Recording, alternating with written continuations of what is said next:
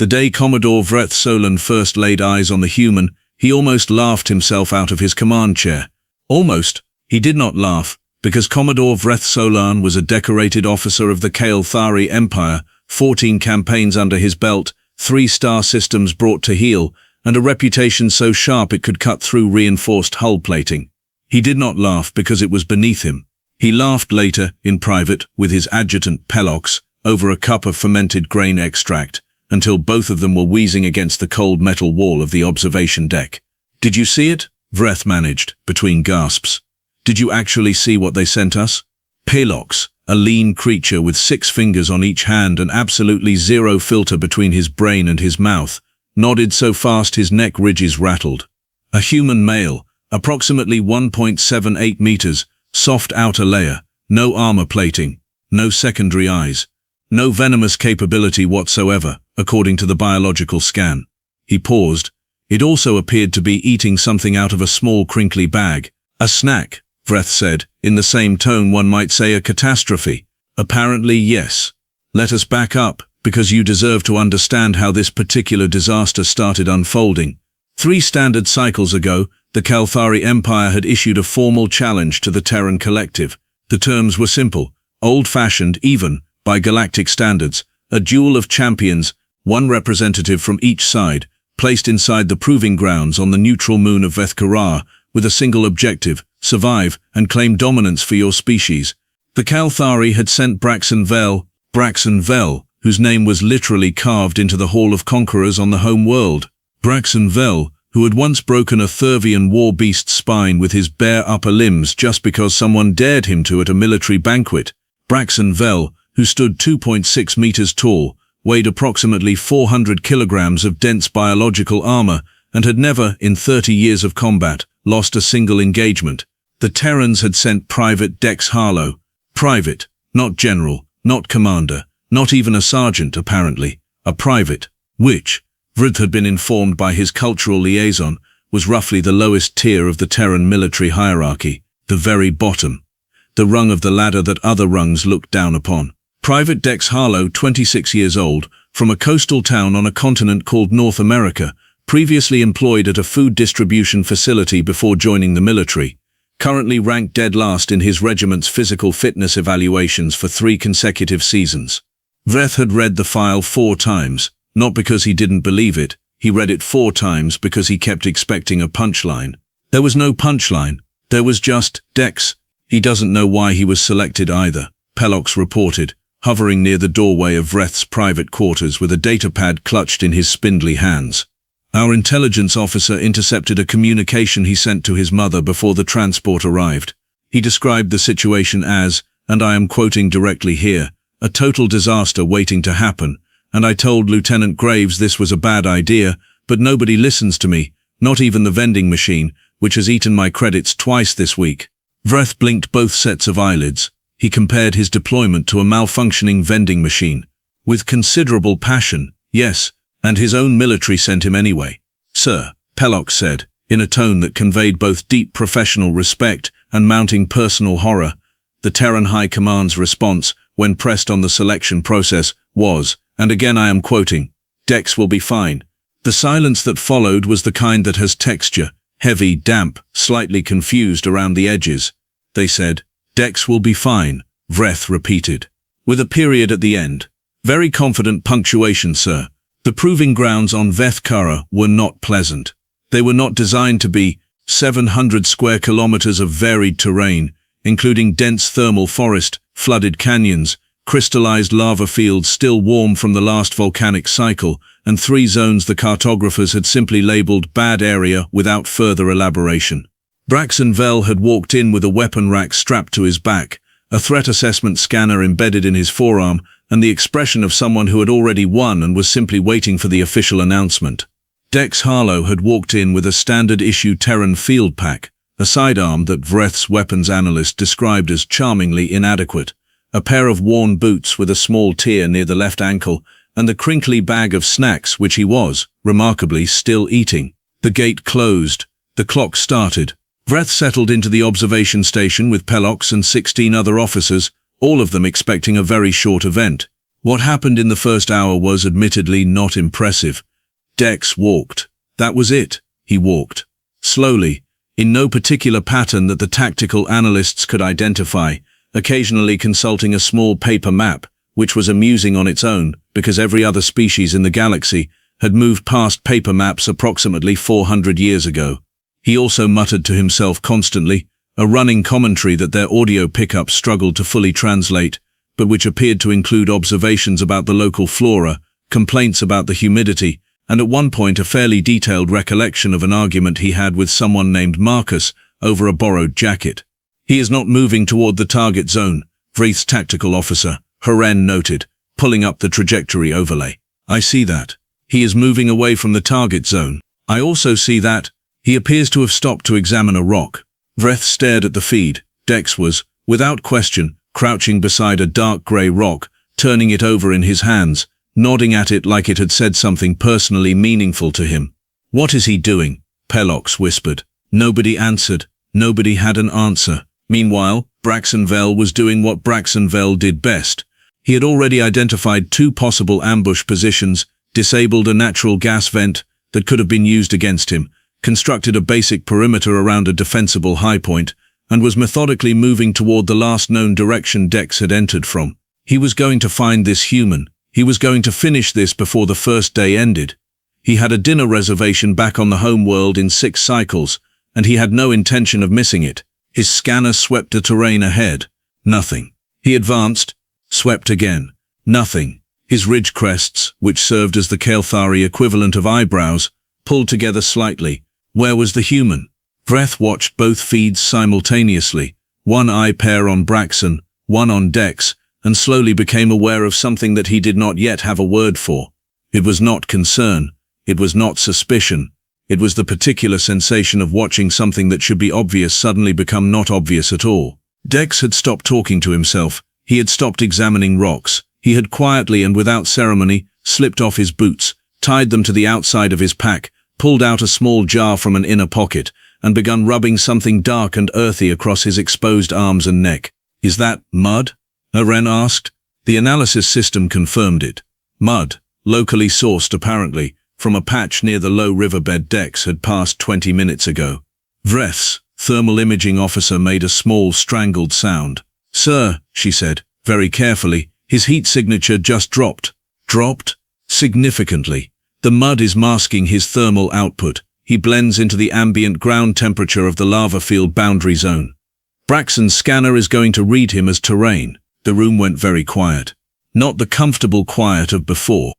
This was a different kind of quiet, the kind that has a heartbeat. Dex on screen looked up at the direction Braxon was approaching from. He could not have seen him yet. Braxon was still several kilometers out. But Dex tilted his head the way certain predators do when they hear something below the frequency of deliberate listening. He put the jar away. He settled low against the rocks. His face was completely unnervingly calm. He reached into his pack, pulled out the crinkly snack bag, considered it for a moment, and then very deliberately tucked it into a sealed side pouch, as if noise now mattered, as if the game had changed. He knew, Pelox said barely above a breath. He knew Braxon was moving toward his quadrant. From a rock, Vreth said, numbly. He knew from the rock. Sir? Vreth pointed at the earlier footage, the moment Dex had crouched and examined the dark grey stone. He was reading the ground. Vibration patterns. Braxon is 400 kilograms. He hits the lava field crust with measurable seismic impact. Dex felt it, through the rock, before any scanner, before any visual. He felt a 400-kilogram super soldier walking toward him from 3 kilometers away. Vreth paused, and then he spent an hour pretending to be confused so nobody would notice. The silence came back, louder this time. Pelox looked at the screen. Dex had not moved. He was simply there, pressed against the terrain, invisible to thermal, invisible to scanner, invisible to the naked eye. He looked like a piece of the ground that had decided to wait.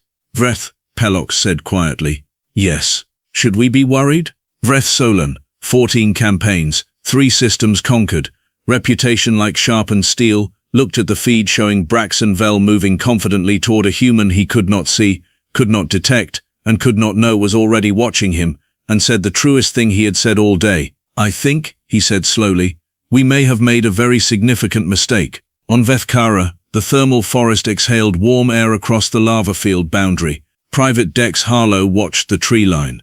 He was not scared. He was, however, very focused. And there is a difference that most species never learn to appreciate until it is much, much too late. He pulled his jacket tighter. He checked the wind direction out of habit, the way his grandfather had taught him during hunts back home. Old instinct, old knowledge, the kind that does not show up on any military evaluation record. He waited. He was very, very good at waiting. And somewhere in the trees, Braxon Vel walked closer, scanner reading nothing, threat assessment returning clear, completely unaware that the weakest soldier on the battlefield was already 3 steps ahead and had been since the moment the gate closed. Braxon Vel had a philosophy. It was not a complicated philosophy. He had not written it down anywhere, had not discussed it at length with colleagues, had not given it a formal name. It was simply this: the bigger you are, the less you need to think.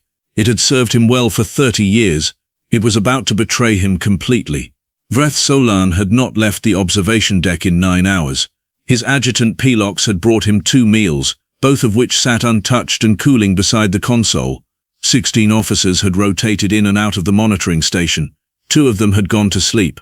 3 of them had developed stress-related ridge inflammation. One of them, the youngest, a fresh-faced analyst named Cora, had taken to holding her own hands without realizing it, which was a Kaelthari habit typically reserved for pre-battle anxiety. Nobody was laughing anymore. On the primary feed, Braxon Vel moved through the terrain like a planet with legs. Methodical, powerful, terrifyingly competent. His scanner arm swept arcs across the forest every 42 seconds, exactly as his training dictated.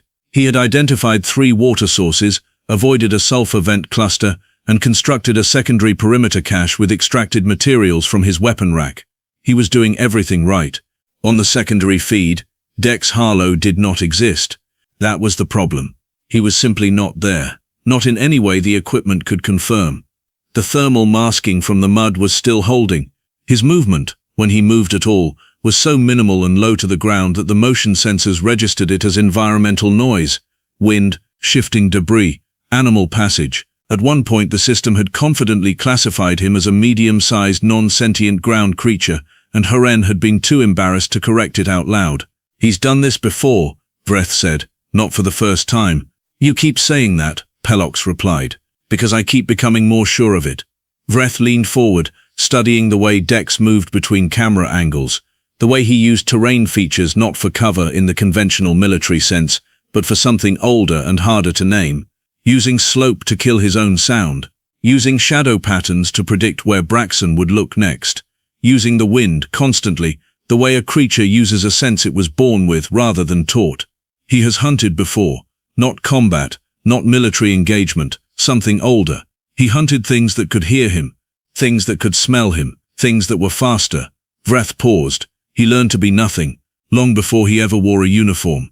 Pelox was quiet for a moment. His file said he was ranked last in physical fitness.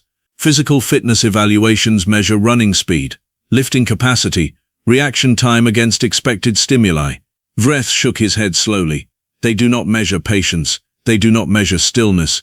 They do not measure the ability to convince an apex predator that you are a piece of the ground.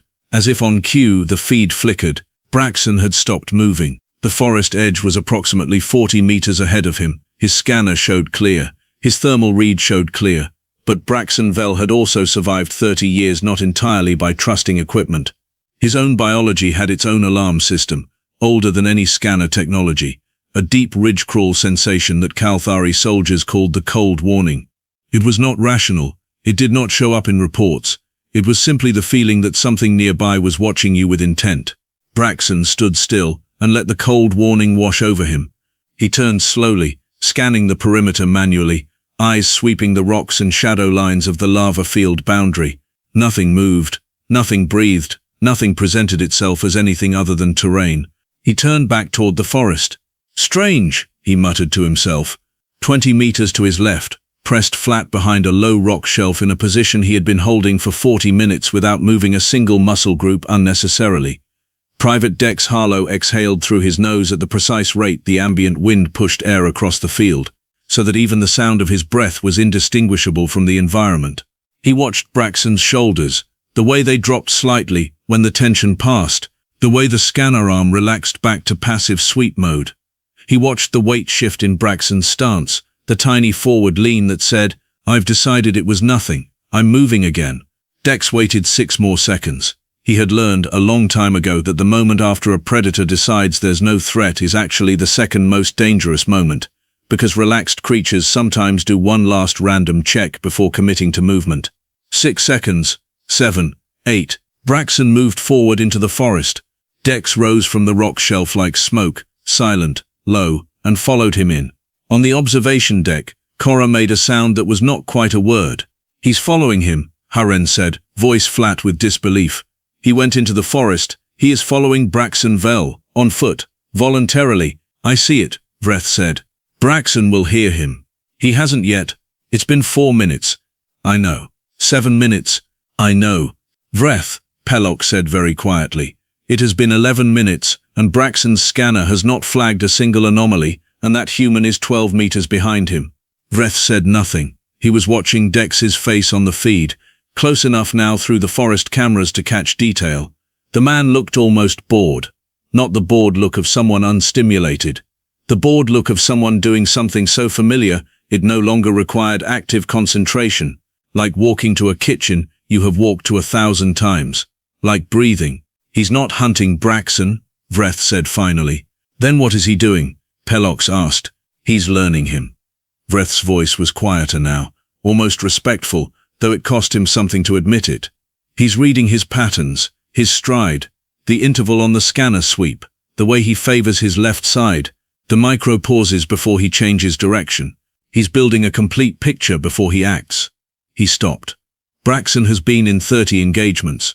Every single opponent attacked him within the first hour, because standing near him feels like standing near a natural disaster. It is psychologically unbearable for most species. He looked at the feed. Dex has been 12 meters behind him for 11 minutes and looks mildly inconvenienced at worst. The observation deck was so silent you could hear the thermal exchange units cycling in the walls. "He's not afraid of him," Cora said softly. It was the first thing she had said in 3 hours. "No," Vreth agreed. "He is not." The moment, when it came, was not dramatic. That was perhaps the most unsettling part. Braxon reached a natural clearing, a wide open space between old-growth thermal trees with a flat rock surface underfoot, good sightlines in every direction, and instinctively slowed to assess it before crossing. It was textbook tactical behavior. Never cross open ground without assessment. Spend 4 to 6 seconds checking the perimeter, then move. He spent 4 seconds checking the perimeter. During those 4 seconds, Dex moved from 12 meters away to 6. During the next second, as Braxon began to turn back toward the clearing to cross, Dex planted his foot against the root shelf of a thermal tree, pushed off with the specific muscle control of someone who had grown up climbing, dropped low, and drove his full body weight into the back of Braxon Vel's knee joint from the outside. Not the body, not the back, not any of the places that 400 kilograms of natural armor would absorb and laugh at. The knee, from outside, at an angle that targeted the one joint gap in Kaelthari physiology that every combat medic in the Empire knew about, and every soldier in the Empire quietly worried about, the lateral support structure of the lower limb, dense but narrow, designed for forward motion and not engineered to absorb sudden perpendicular impact. Braxon Vel went down like a building that had forgotten it was supposed to stay up. The sound of it echoed across the clearing and bounced back from the tree line. On the observation deck, every single officer present flinched at the same time. Pelox grabbed the edge of the console without meaning to. "Did that just?" Heron started. "Yes," Vreth said. "Braxon is down. Yes. The human is already moving. Yes." Vreth watched the feed with both pairs of eyes fully open, which for Kaelthari was an involuntary response to genuine surprise.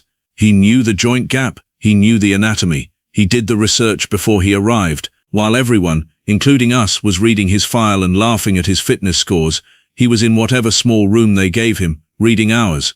Braxon was not finished. He was injured, not incapacitated. He rolled, which was impressive given his size, and came up with his sidearm already drawn, scanner arm snapping to active mode with an alert tone that the forest birds scattered away from. Dex was gone. Not retreated, not running, gone. He had dissolved back into the terrain so completely that Braxon's scanner swept the clearing twice, 3 times, and returned nothing. Braxon stood on one good leg and one damaged one.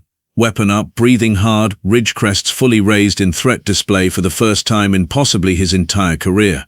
"Come out," he bellowed, in Kaelthari, which the Proving Grounds translation system rendered automatically into Terran Standard. From somewhere in the trees approximately 30 degrees to Braxon's left, but not in a direction any of the forest cameras could quite pin down, a voice came back. Dex's voice. Calm, slightly conversational. The kind of voice you use when you are telling someone what you want for lunch. "That knee is going to stiffen up if you keep standing on it like that," Dex said, "just so you know." Braxon fired 3 shots into the tree line. The thermal trees accepted the energy discharge without complaint. "I'm just saying," Dex continued, from a direction that was definitely not where he had spoken from before, which meant he had moved while speaking, and that was a level of control that made Huren quietly put down the data pad she was holding, because her hands were no longer fully steady. "You've got maybe 40 minutes before the joint locks. After that your mobility drops about 60%, based on what I read about your physiology, which, by the way, very interesting biology. Whoever designed your knee made one really unfortunate choice." "I will find you," Braxon said, and his voice had a quality in it that had not been there before. Not anger, something older than anger, something that lived below anger and rarely came to the surface. "You've been trying for about 13 hours, Dex pointed out cheerfully. "How's that going?" It took 4 more hours. In those 4 hours, Braxon Vel, champion of the Kaelthari Empire, veteran of 30 campaigns, biological weapon in a body, fired his weapon 47 times. He hit trees, rocks, a thermal vent housing, and at one point a particularly unfortunate ground creature that had been having a completely unrelated day. He did not hit Dex. Dex, over those same 4 hours, moved around him in a pattern that the tactical analysts on the observation deck eventually mapped as a slow, tightening spiral. Every time Braxon stopped to assess, Dex had already repositioned. Every time Braxon's scanner caught a heat flicker, it was a rock Dex had handled briefly to warm with body heat, and then placed deliberately as misdirection. Every time Braxon committed to a direction, Dex had already stopped being in that direction. The knee stiffened exactly as predicted. At the 4-hour mark, Braxon was leaning against a thermal tree, weapon still raised, scanner running hot from extended active use and beginning to show error margins. His breathing was audible on the feed. His ridge crests were still raised, but starting to droop at the tips, which Vreth recognized as the involuntary physiological sign of prolonged high-stress alertness beginning to drain its own reserves. "You can call it," Dex said, from directly above. Braxon looked up. Dex was in the thermal tree. He had been in the tree for an unknown amount of time, completely still, the mud-dark coloring of his arms and neck and face making him a shadow among shadows in the upper canopy. He had the sidearm raised, aimed at a specific point on Braxon's cranial ridge that the Kaelthari anatomy file listed as the primary neural pathway intersection. He had not shot. He was giving Braxon the chance to yield. The forest was very quiet. Even the birds had stopped. Braxon Vel looked up at the human crouched in the tree above him, aimed and steady and utterly without drama, and felt something he had not felt in 30 years. He lowered his weapon. Not because he was broken, not because he had given up, but because in 30 years nobody had ever beaten him cleanly, and this human had beaten him so cleanly that there was not a single moment in the last 14 hours that Braxon could point to and say, "There, that was where I could have won." There was no such moment. There was only a long, patient, methodical dismantling by someone who was supposedly the weakest soldier on Earth, who had been assessed by 17 different Kaelthari analysts and found lacking, who had shown up eating snacks from a crinkly bag. "Yield," Braxon said. It came out rough. It came out real. The translation system rendered the word in Terran Standard. Dex lowered the sidearm. He exhaled slowly. He reached into his jacket pocket, pulled out the crinkly bag, and ate something from it while still perched in the tree. "Good call," he said pleasantly. On the observation deck, nobody spoke for a very long time. Vreth sat back in his chair and looked at the ceiling of the station for a while, processing what he had spent 14 hours watching. Pelox finally broke the silence. "We sent our best." "We did," Vreth agreed. "They sent their worst." "They sent who they sent," Vreth corrected quietly. "I am no longer confident that worst is the right word." He was quiet for another moment. "Then pull up the Terran Collective's full military roster." Pelox blinked. All of it, all of it." Vreth sat forward again. His voice had changed. The amusement was gone. The condescension was gone. In their place was the focused, careful tone of a commander who has just learned something extremely important and is now treating the situation with the full weight it deserves. We need to understand what we are dealing with, not the file summaries, not the fitness evaluations, not the cultural briefings that tell us they are fragile and short-lived and unarmored. He looked at the feed one last time. Dex was climbing down from the tree now, easy and unhurried, dropping the last 2 meters to the ground with the casual comfort of someone for whom height has never been a concern. We need to understand, Vreth said, what 14,000 years of hunting on a planet that was trying to kill them at every turn actually produces. He paused. Because what it produces, apparently, is that. Pelox looked at the screen. Dex had landed, dusted off his jacket, checked the time on a small wrist device, and appeared to be calculating something. Then he looked up, directly into one of the forest cameras, as if he had always known it was there, and gave it a short, informal 2-finger wave before turning and walking toward the extraction point. Cora, the youngest analyst, spoke one more time. "Sir," she said carefully, "do you think the Terran High Command knew when they sent him? Did they know what he was capable of?" Vreth thought about the intercepted message, the one Dex had sent to his mother, the complaint about the vending machine, the prediction that this was a total disaster waiting to happen. He thought about the confident punctuation of the response from Terran High Command. Dex will be fine. A period at the end. No qualifications, no explanations, no reassurances beyond those 4 words, from a command structure that had just sent their last place ranked private to face the most decorated warrior in the galaxy. "Yes," Vreth said slowly, "I think they knew exactly what they were sending." He reached for one of the cold meals Pelox had brought hours ago, looked at it, and set it back down. His appetite had been replaced by something far less comfortable. Respect, for one thing, and the quiet, dawning, extremely inconvenient realization that the Kaelthari Empire had just made a very formal, very official, very well-documented declaration of challenge to a species that had apparently been, this entire time, holding back.